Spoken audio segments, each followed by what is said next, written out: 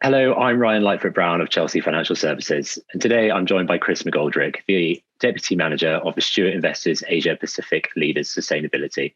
Chris, thank you very much for your time today. No, thank you very much. Now, sustainability has been a real buzzword in the investment management industry of late, but Stewart Investors has been doing this for decades, investing in sustainability for a long, long time. What makes the Stewart Investors approach different? Yeah, thank you for that. I think you're right to point out, I think we're possibly one of the longest continuing sustainable funds and certainly in Europe, looking at the Asia Pacific universe. So it's been in our DNA since we started investing. So back when our investment philosophy was devised some 30 years ago, it was very much built on quality and sustainability. We didn't use the word as we do now, but it's always been an appreciation of equality for all stakeholders, and a high quality company does that instinctively, and we've invested that way, as I say, for the best part of 30 years. What I think the difference is that many of our competitors in the industry tend to see ESG, as it's become very fashionably known, as a sort of separate analytical skill,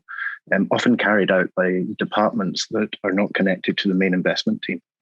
Whereas at Stewart Investors, we've been practicing ESG for, as I say, 30 years, and it's embedded in each and every analyst. And it's a starting point. Sustainability is a starting point for us. We do look at a company's sustainability positioning to see part of the opportunities and the risks from the future development of the company and the country in which they operate. When you say sustainability, it's often synonymous with climate change, but you also focus on the human development side. Can you just explain to us what exactly that encompasses? Yes, I think climate change is obviously a very important and pressing problem for us. But we feel that sustainability is much more broader reaching than that. And it should encompass, and it does for us, encompass all sorts of inequalities, whether it be on a gender basis, on a race basis, or it should be the quality of life for as many people as possible. And obviously we want human development without depletion. The simple and sad fact of the world today is that if the large nations that are present in China and India are to grow in the same way that the Western economies have had, we simply don't have the resources for that to eventuate. So we have to think of our companies that we look at have to be able to adapt and realize that they're operating with finite resources in order to grow and develop people's life in a meaningful way without depleting the scarce resources that the world has in its core. And maybe sort of bringing it to life with an example, Vitasoy is one of those holdings that fits in the category. Can you just tell us a bit about their story, please? Yes, we've been very fortunate to be owners of Vitasoy for a great number of years, and we marvel at their history. It was a company that very much came out to the ashes of the World War II, where there was a great number of refugees, also around the world, but particularly in Asia. And the family, the founder there, recognized that these people, the refugees, needed high quality calories at a lower price. So he started from a point of goodness, of trying to provide people with protein, as I say, at a low price. And they found out that soya was one of the best ways of doing that. It also has the great advantage of not being too water dependent, and therefore has a very strong sustainability positioning to it. So we look at companies where sustainability is embedded in their DNA, and that point that they started out with a mission in order to give people food at a good price and to make profit from doing so, is a very strong starting point for us, and one that we tend to look at with all the companies, is the ethos behind the company, one of sustainability,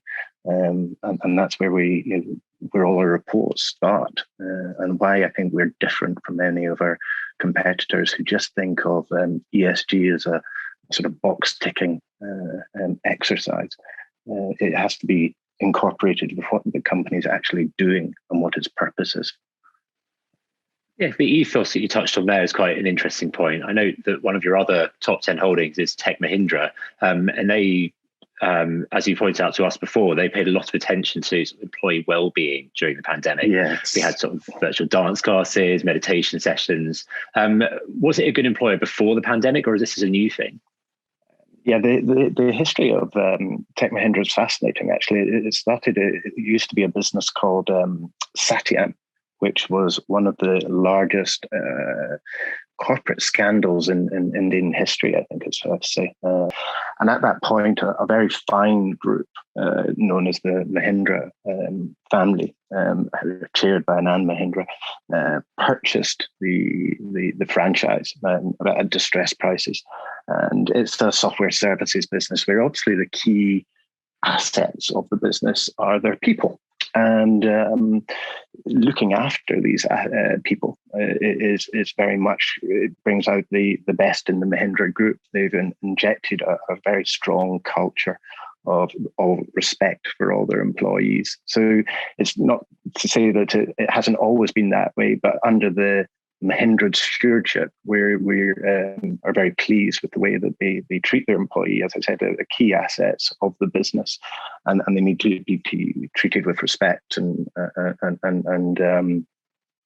obviously, it's been a very challenging time for all businesses, with people being forced to work from home and the sort of mental health challenges that can face. So we're not at all surprised to find that they have been innovative in thinking of ways to keep morale and sentiment positive amongst their employees.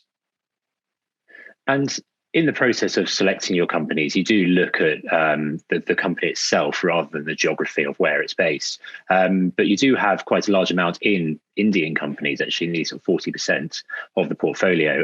Do they have any sort of common traits, or is it something about the sort of the country and those people as a collective that you really like? Well, it is a fascinating culture and history and country. You're right, but that's not the driving force behind that. Our geographic splits are very much a result of bottom-up stock selection. But you're right, and a lot of the companies that we have invested in India do have a common trait. They tend to be family businesses, some wonderful family, multi-generational businesses operating in India, which grow despite the political difficulties in that economy. They've had many years of growing despite the obstacles that politicians can put in their way. And we learn an awful lot from them, actually, how to treat, we believe there's no perfect company, but certainly some of the better ones that we find in terms of their sustainability positioning, their respect for all stakeholders, etc., is most abundant in Indian family businesses. And obviously, there's such a large population there, which is giving a long runway of growth for the businesses. So there's plenty of scope for growth, but with very responsible stewardship, something that we look for greatly, and we often find that more abundant in family businesses, particularly ones that have decided to be family owned but professionally managed, and many of the businesses that we have in India have that characteristic. Financially, the characteristic that will be common is very strong profitability and a very robust balance sheet. You'll find that most of the companies that we invest in India, with the exception of the financials, obviously, have net cash balance sheets and very strong cash generation. Well, excellent, Chris. As expected, that's been really interesting. So thank you very much for your time today. Thank you. And for more information on the Stewart Investors Asia Pacific Leaders Sustainability Portfolio, please visit our website, chelseafs.co.uk. And for more from our video series, please don't forget to like and subscribe below.